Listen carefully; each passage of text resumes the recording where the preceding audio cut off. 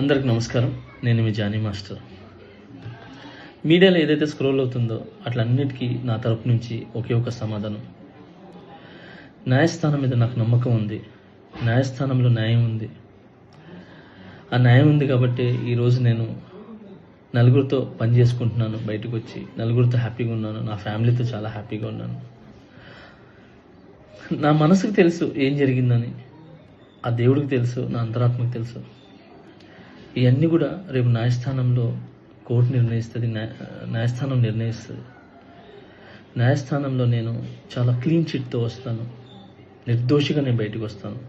ఆ రోజు మాట్లాడతాను. అప్పటి వరకు నేను నిందితుడిని మాత్రమే. సో నేను ఓన్లీ నిందితుడిని మాత్రమే.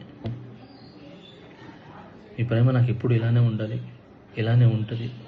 నాకు తెలిసింది ఒకటేనండి, నాకు వచ్చిన పనితో బాగా కష్టపడటం, ఎంటర్టైన్ చేయటం. సో నేను ఎప్పుడు నా పనితో, నాకు వచ్చే విద్యతో మిమ్మల్ని అలరించడానికి మీ ముందు ఉంటాను. మిమ్మల్ని అలరించడానికి కష్టపడతాను.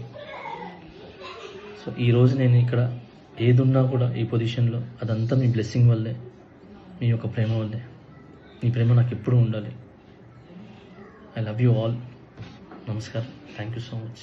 జై హింద్. మరిన్ని అప్డేట్స్ కోసం మా ఛానల్ ని సబ్స్క్రైబ్ చేయండి. ధన్యవాదాలు.